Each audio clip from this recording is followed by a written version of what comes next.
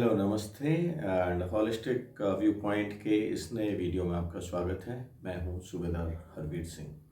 तो आज हम बात करते हैं क्रेडिट कार्ड के बारे में। बहुत सारे लोगों को क्रेडिट कार्ड के बारे में यही कन्फ्यूज़न रहता है कि ये एक अच्छी चीज़ है या बुरा है। तो बेसिकली देखिए, हर चीज़ के कुछ फ़ायदे और नुकसान होते हैं। जैसे बहुत सारी चीज़ें हैं, लाइक आप कुछ भी, जैसे कोई आप गाड़ियां हैं, जैसे गाड़ी के कुछ नुकसान हैं कुछ फ़ायदे हैं।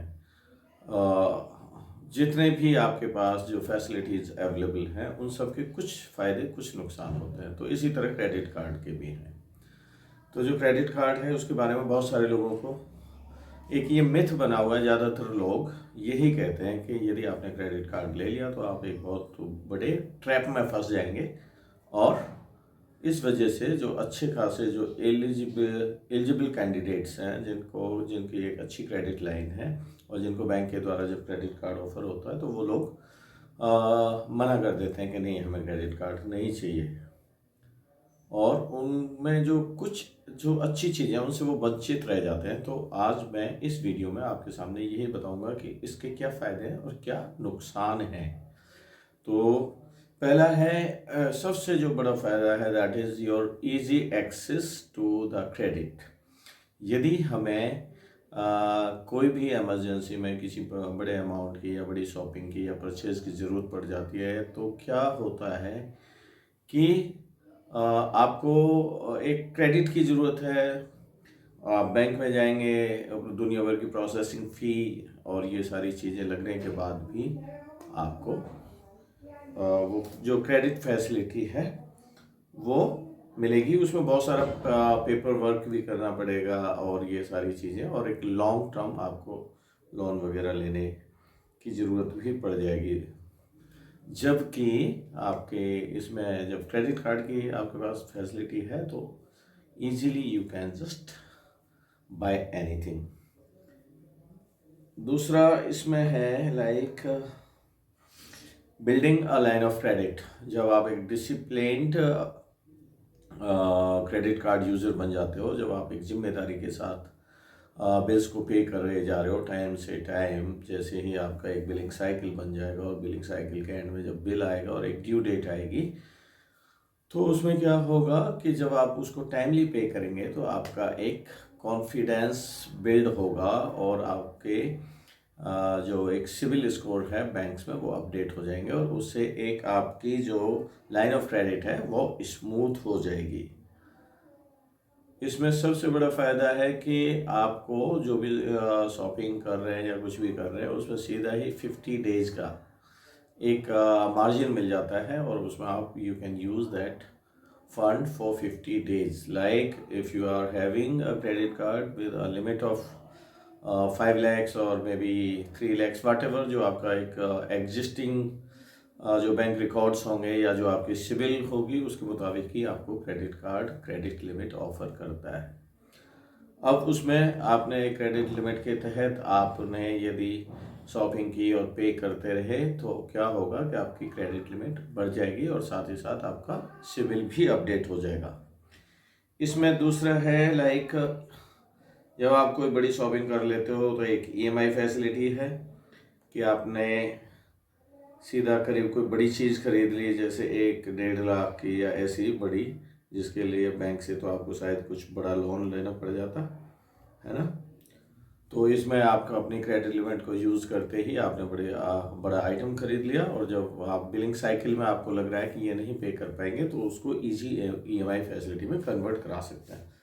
तो वो जो इंटरेस्ट रेट है वो इक्वल टू सम, ये कुछ बैंक के जो पर्सनल लोन्स वगैरह हैं उसके इक्वल ही होता है। तो ये एक फ़ायदा है। दूसरा जो सबसे बड़ा फ़ायदा जो मुझे पर्सनली तौर पे लगता है वो है इंसेंटिव्स एंड ऑफर्स। बहुत सारे इंसेंटिव एंड ऑफर आते रहते हैं। लाइक आपके एक तो क्रेडिट कार्ड के ऊपर ही जब भी आप शॉपिंग करेंगे तो उस पर कुछ रिवार्ड पॉइंट्स मिलेंगे, जिनको आप लेटर स्टेज में या तो इनकैश करा सकते हैं या रिडीम करा सकते हैं, कुछ और आइटम वगैरह खरीद सकते हैं। और कुछ जो ऑफर्स हैं, लाइक जितने भी आपके ई मार्केटिंग साइट्स हैं, लाइक अमेजन है, फ्लिपकार्ट है और बहुत सारे ऐसे जो शॉपिंग स्टोर्स हैं वहाँ पर आपको हमेशा कुछ ना कुछ ऑफर्स आए रहते हैं, लाइक SBI कार्ड हो गया या कोई किसी बैंक के कार्ड पे आपको इतना % डिस्काउंट मिल जाएगा। तो उस तरह के डिस्काउंट का भी फ़ायदा आप ले सकते हैं। जैसे अभी मैं एक सोनी का टीवी अभी सर्च कर रहा था अमेजोन पे, 65 inch, that is around 88 lakh something. But if you are using some specific banks credit card, तो they are giving just 10% instant cash back. तो करीब आपको 8 से 10 हज़ार का सीधा फायदा एक ट्रांजेक्शन में ही वहां पर हो जाएगा। दूसरा फ्लेक्सिबल क्रेडिट है, जो आपके एक फ्लेक्सिबल क्रेडिट यही है कि लाइक आपकी एक बिलिंग डेट है और बिलिंग डेट के बाद आपको 20 डेज का एक मार्जिन रहता है, उस टाइम में आप अपना बिल पे कर सकते हैं। तो आपको मतलब सीधे सीधे जो भी आउटस्टैंडिंग अमाउंट है तो उसको 20 days you are using that free of cost without paying any interest. तो ये एक फ़ायदे की चीज़ है। आप इमेजिन करिए कि यार आप किसी से भी यदि पैसा मांग रहे हैं 10,000 20,000 या कहीं भी आपको थोड़ा शॉर्टफॉल हो रहा है ना, तो हमें कई बार कहीं से भी पैसे का अरेंजमेंट नहीं हो पाता या फिर किसी का एहसान लेना पड़ता है। तो उससे बेटर है कि आप अपने सेविंग बैंक अकाउंट को तो हमेशा टॉपअप रखें और जो भी शॉपिंग है, जो भी चीज़ें क्रेडिट कार्ड से करते रहें, और क्रेडिट कार्ड का जब बिल आ जाए उसको 20 डेज के बाद जो भी आपका आउटस्टैंडिंग डेट है, ड्यू डेट है, उसमें आप बड़े आराम से पे कर सकते हैं। तो it's again a advantage. Purchase protection,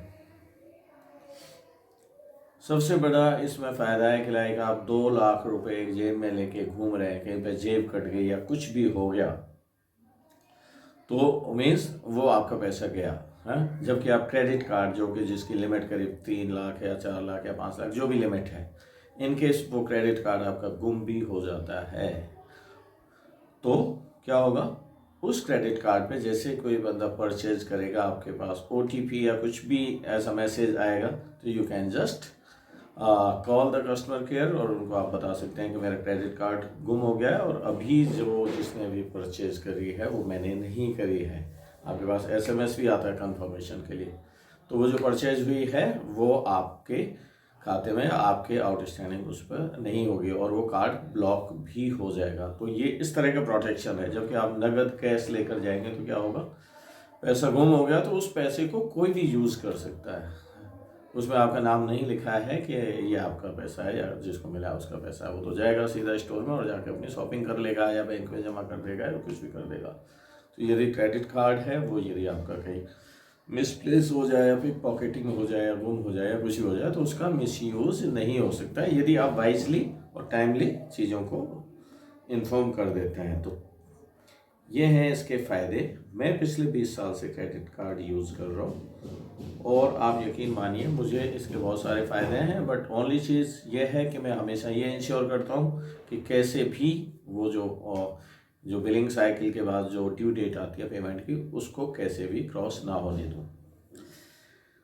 तो इसमें जो मेजर जो डिसएडवांटेजेस हैं वो 2-3 हैं, उनको मैं आपको गिनाता हूँ। उनमें क्या होता है कि लाइक एक तो है मिनिमम ड्यू ट्रैप। कभी कभी हम बड़ी शॉपिंग कर लेते हैं और आपका जो आउटस्टैंडिंग बिल है वो जैसे आपके पास जो पैसा अवेलेबल है उसमें यदि आपका बिल भी ऑलमोस्ट उतना ही है तो आप कई बार इस तरह हिचकिचाते हैं कि मैं सारा ही पे कर दूंगा तो मेरा बाद में महीना कैसे चलेगा या और कुछ चीज़ें हैं वो कैसे होंगी।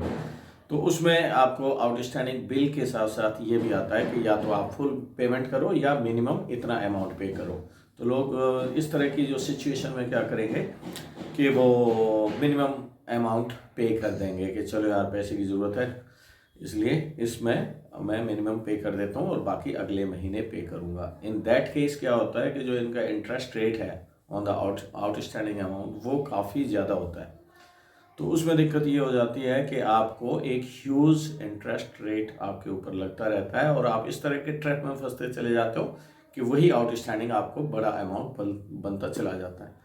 तो बेसिकली आप अपनी हैबिट बनाएं कि उसको मतलब आप ड्यू डेट पर ही पे करें और अपने खर्चों को इस तरह से प्लान करें कि आपका वो जो क्रेडिट कार्ड है कभी भी ओवर ड्यू ना हो।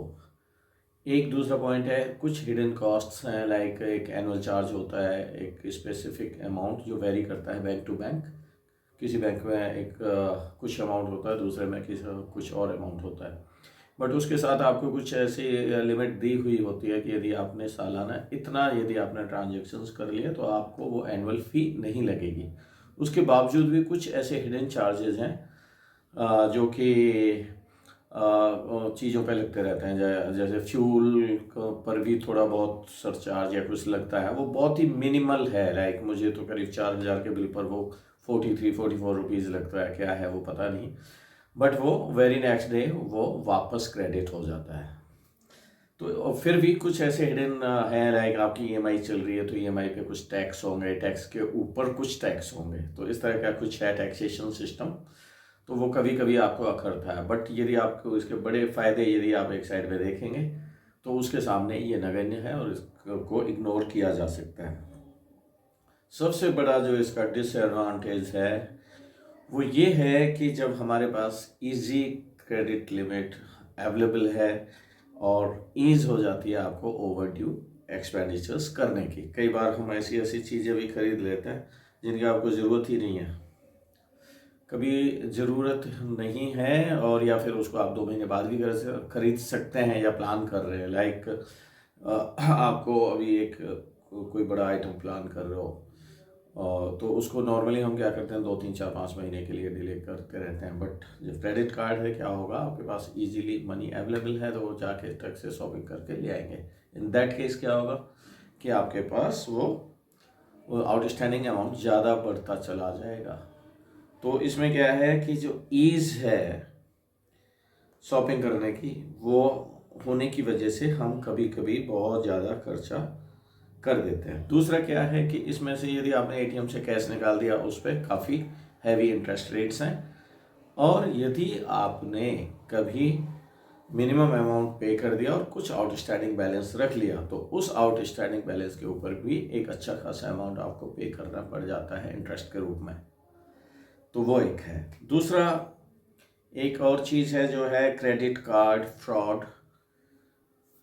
क्या होता है, यदि आप अच्छे से साइबर सेफ्टी और साइबर सिक्योरिटी से आप अच्छे से वाकिफ़ नहीं हैं, या आईटी और इन चीज़ों को यूज़ करने में आप थोड़े से कमज़ोर हैं, तो आप कहीं भी अपना थोड़ा सा भी लापरवाही से क्रेडिट कार्ड नंबर और इन सारी चीज़ों को लीक होने देंगे तो ये क्वाइट पॉसिबल है कि वो आपके सिस्टम से चीज़ें हैक होके चली जाए और क्रेडिट कार्ड फ्रॉड वगैरह हो जाए। आपके क्रेडिट कार्ड के ऊपर कोई एयर टिकट भी बुक कर देगा या कुछ ऐसा वो कर देगा, आपके कंप्यूटर को या आपके मोबाइल को हैक करके वो आपके उसके सीवीवी नंबर और पिन नंबर आपसे चोरी कर सकता है और उसको वो क्रेडिट कार्ड को यूटिलाइज कर सकता है। तो इसके लिए आपने थोड़ा सा सावधान रहने की ज़रूरत है उसके प्रोटेक्शन के लिए। ठीक है, तो क्रेडिट कार्ड को सही यूज़ करने के कुछ मैं आपको तरीके यही गिनाता हूँ। आपको पता है कि ये आपके बैंकर ने आपको एक ऐसी फैसिलिटी दी है, आपको इस सिविल को देखते हुए, कि आपको रेडीमेड एक क्रेडिट लिमिट दी है। बट इसका मतलब ये तो नहीं कि आपकी इनकम बढ़ गई है। इनकम आपकी वही है जो सैलरी हर महीने आपके अकाउंट में क्रेडिट हो रही है, वही सैलरी है। The actual income is your salary और whatever income sources are. Credit card आपको इस बात की कभी गारंटी नहीं देता कि हाँ भाई मेरी क्रेडिट कार्ड की लिमिट 5 लाख है तो तुम्हारी खुद की इनकम 5 लाख हो गई है। नो, आपने चुकाना आपकी अपनी इनकम से ही है, आपकी मंथली सैलरी से ही है, और इसलिए आपने क्रेडिट कार्ड से जो खर्चे करने हैं वही खर्चे करने हैं जो आप अपनी सैलरी से पे कर सकें। क्रेडिट कार्ड का मतलब ये नहीं है कि आपने उसकी लिमिट को ओवर यूज़ कर लिया और महीने के एंड में जब बिल आया तब आपकी सैलरी आई 60,000, आपने शॉपिंग कर ली 1.5 लाख की, तो फिर क्या है आपका पूरा मिसमैच हो जाएगा। तो क्रेडिट कार्ड को वाइजली आपने यूज़ करना है। किस लिए? जस्ट जो आपने कैश ले लेके भागते हो बाज़ार में या हमेशा कैश और वो लेके चलते रहते हो, उसके सुविधा के लिए है कि आप अपने कैश को या फिर आपके जो सेविंग्स हैं उनको सीधे बैंक अकाउंट में रखें और एक प्लास्टिक कार्ड से ही पूरी शॉपिंग करते रहें और महीने के एंड में जाके उसको बिल को पे कर दें। तो आप अपने जो खर्चे हैं उनको लिमिट रखें up to your income only. जो आपका मंथली एक्सपेंडिचर का जो पैटर्न है उसी पैटर्न में खर्चे करते रहें। एक इसका मेजर जो फ़ायदा मेरे दिमाग में एक जो मिस हो गया था वो ये है कि आप अपने खर्चों पे बड़े अच्छे से एक नज़र रख सकते हैं बजटिंग के लिए। क्योंकि जब क्रेडिट कार्ड से आप जितने भी ट्रांजेक्शन्स करते हो तो इसका ये जो एक ऐप है उसमें जब आप जाएंगे और देखेंगे कि मेरा किस किस चीज़ पे खर्चा हुआ है तो वो आप बड़े अच्छे से मॉनिटर भी कर सकते हैं, उसको एनालाइज भी कर सकते हैं और अगले महीनों में आप रिव्यू भी कर सकते हैं कि मेरा कौन से हेड में सबसे ज़्यादा खर्चा हो रहा है, कहाँ पे मुझे कंट्रोल करना है, कहाँ पे मैं और थोड़ा खर्चा कर सकता हूँ। लाइक ग्रोसरी का अलग आपको ग्राफिकल या फिर स्टेटिस्टिक्स के थ्रू दिखा सकता है वो क्रेडिट कार्ड की बिलिंग और वो सारी चीज़ें जो ऐप में अवेलेबल हैं कि आपने इस महीने फ्यूल पे कितना खर्च किया है, कपड़ों पे कितना किया है, ग्रोसरी पे कितना किया है, राशन पे कितना किया है। तो ऐसे ऐसे जो कैटेगरीज हैं उनमें अलग अलग वो आपको बता सकता है। तो बस ध्यान यही रखना है कि आपकी इनकम वही है, ओनली जो क्रेडिट लिमिट है वो आपको कार्ड के रूप में आपको दे दी गई है।